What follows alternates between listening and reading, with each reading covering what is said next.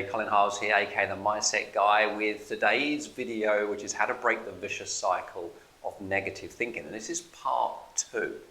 And in this video, I want to explain another avenue to change how we feel about things. And in video number 1, we looked at 3 emotions: anger, anxiety, and depression. Now, if you haven't watched video number 1, please go and do that first. It will help with this video. And if you're on my blog, there'll be a link underneath where you can go click on that. And if you're on YouTube, then I'll put a link inside the video so you can click on that. And there will be a link below the video as well, just in case that doesn't work. So go watch video number 1 first. Now, if you watch video number 1, you'll know that we covered the vicious cycle, and that is thoughts, feelings, and behaviours, and how these are all interacting with one another. Now, the ultimate aim is to change how we feel. And the 2 things that are actually controlling how we feel is what we think, our thoughts, and also the way that we behave. And also, of course, feelings are affecting the way that we behave. And in last model, we looked at how to control thinking through using the STEP model. But in this video, I want to share another little formula, which I call P.A.C.E.S, in able to control behaviours, because ultimately how we behave, who we're with, the environment we're in, all those affect our thinking or affect our feeling. And if we change at that level, if we change at the physical act level, we will in fact change how we feel. So I'm going to share with you this model here, P.A.C.E.S. Now, the P stands for pause, the power of pausing. Now, you would never ride a bike or drive a car without a brake, right? Would be dangerous. Yet often we live our life on go, go, go, go, go, go, go. We've got the foot on the accelerator. And so we're going to talk about the power of pauses, the power of taking time out. Now, this time out or this pause could be 4 seconds right the way, which is an in the moment pause, right the way up to a sort of a bigger pause where we look at the bigger picture of things. So let's start off with a pause of looking at this sort of a very short pause in the moment. Now, Peter Bregman has written a book called 4 Seconds, and the premise of that book is all about taking a 4-second pause before we're about to do something. So let's say that, I don't know, your partner, husband, wife comes home, or boyfriend, girlfriend comes home, and they say something, and you can feel the anger starting to come in. You can feel it. Well, the goal is just to take a deep breath, because in that deep breath, so you take 2 in, 2 out. And what you do in that moment, in that short pause, is you recalibrate actually how you're going to react. So rather than being react, you're much more in respond. You're much more intentional. So rather than a knee-jerk default, it's much more of a design. You think more about what it is that you're about to do. Now, it sounds deceptively simple, but it is very, very powerful. It takes us off of autopilot and much more into conscious and intentional when we come to react. And we can do that with every single one of the emotions that I talked about last time. You know, as you feel the anxiety coming in, then just pause. Breathe in for 2, breathe out for 2.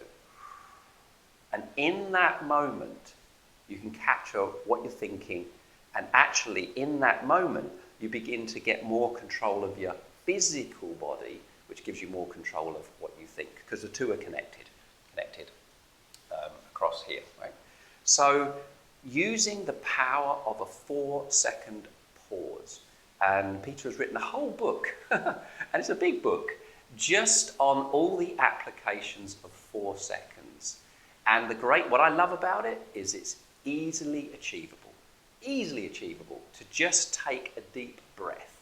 And what it basically does is, in terms of the neuroscience behind it, is rather than something triggering us down into fight, flight, or freeze, and so we lose connection with the neocortex. Basically, it goes, and then we fight, flight, and we have a wobbly, what we do is we're able to keep this neocortex on, the rational side of the brain, by just taking that deep breath. So rather than having what's called an amygdala hijack, where we trigger down and, have a wobbly, we're able to keep control of how we're thinking by locking on the neocortex, the right and left brain.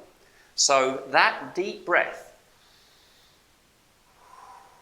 is a fantastic way of doing that. So my challenge is, give it a go. I know it sounds deceptively simple, and often the simple things are the best things because we can achieve them, we can actually do it.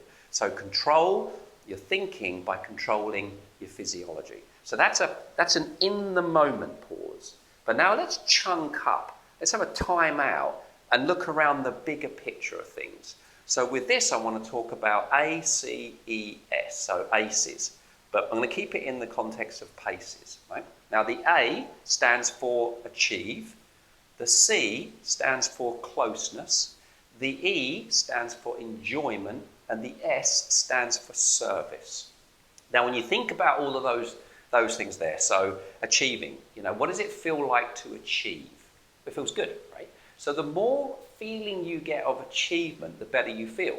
And 2 videos ago, I did 2 videos on my body transformation. And I know the power of achievement, of taking tiny steps, and you achieve them, you achieve them, you achieve them. You start to build more confidence and more good feeling about yourself. And it actually becomes quite addictive. You want more of that. Closeness, connection with people, how close we are to people. All the research shows that really when you boil down happiness, it comes down to the level of connection we have with people. And all the research is coming to this. In fact, the gurus can tell how happy you are based on how many relationships you have and the quality of those relationships and the connectedness you have with those relationships. So without that, we're not happy. And then we've got enjoyment, the feeling of enjoyment, enjoying oneself, enjoy.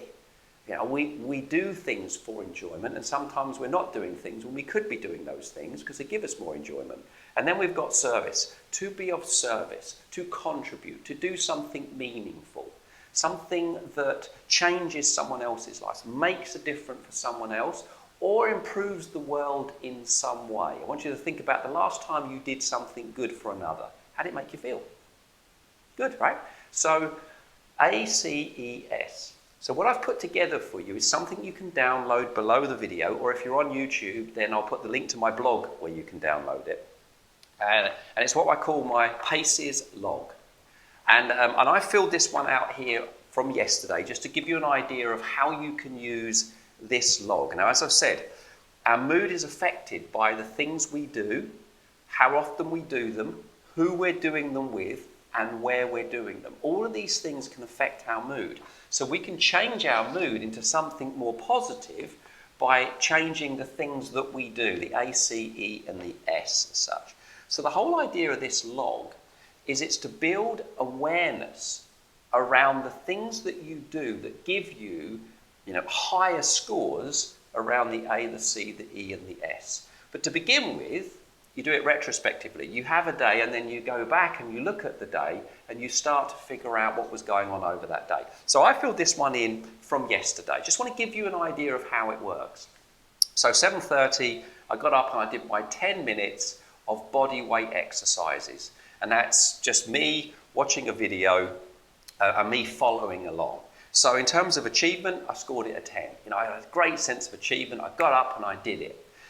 Closeness, I was on my own, so there's no real connection, so I didn't score anything there. Enjoyment, 10. I really enjoy doing these body weight exercises. I feel good. It gets the sort of the body working and the good feeling, hormones pumping around my system. Always feel more energized. Service, well, I'm not really serving anyone, not really making any difference to the world or anyone in particular, so I didn't score that.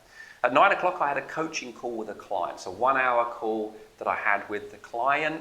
Client's going through some difficult times at the moment. So I didn't really score much of achievement. I didn't see it as really achieving anything as such.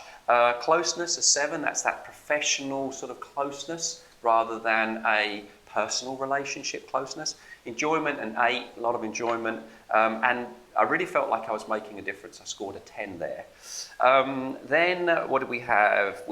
Then my wife and I went out. We're getting our bathroom done at the moment, so we went out to have a look at bathrooms and buy a few things that we needed to get pretty quickly. So achievement 10, got it done, tick off the list.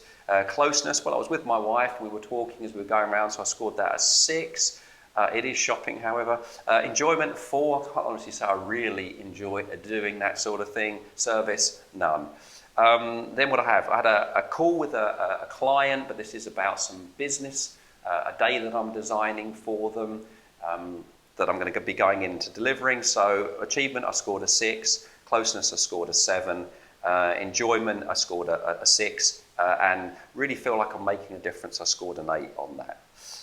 Then I made a video yesterday as well that you will be getting around to see. So I really enjoyed that. I gave it a 10. Closeness, I was on my own with a video camera. Enjoyment, an 8, and then service, a 10. Now, I'm not going to sort of carry on, but it gives you an idea of how you can use this and how you can see how often you're feeling a sense of achievement, closeness, enjoyment, and service. Now, the goal, obviously, is to start to use the retrospective to then future plan, to start thinking about how can I do more of these things that give me a sense of achievement? How often am I getting that sense of achievement? How can I improve the closeness score? How can I get more close to people around me? How can I create more of those experiences? How can I do things that give me enjoyment, that energize me rather than drain me? How much of my day is around that? And then obviously giving back, contributing, serving in some way. What can I do there? How can I improve that there? So you'll be able to download this P.A.C.E.S log. It'll be, as I say, below my video. Your homework, if you like, for this video is to go and do the 4-second pauses. Think about just putting that pause in, Put the brake on and then move rather than just moving without thought. And secondly, chunk up and think about how you're spending your time, who you're spending your time with, and what you are actually doing on a day-to-day basis, and see how well you score against P.A.C.E.S using a pause or a timeout for looking at the bigger picture. So this is Colin, aka the Mindset Guy. Thanks for listening to the video. You know how it works. Give me some feedback. So 1, didn't enjoy it. 10, really enjoyed it. Do more of this, Colin.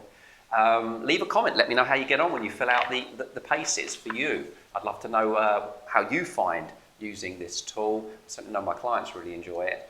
And I look forward to seeing you on the next video. Hold on. Now, did you enjoy that video? Well, if you did, I would like to show you how you can train your mind to perform how you want it to, so that you can break through to the next level with my advanced mind power training. It's totally free, and you can get it by going to www.advancedmindpowertraining.com or clicking on the link below this video. I'll see you on the next video.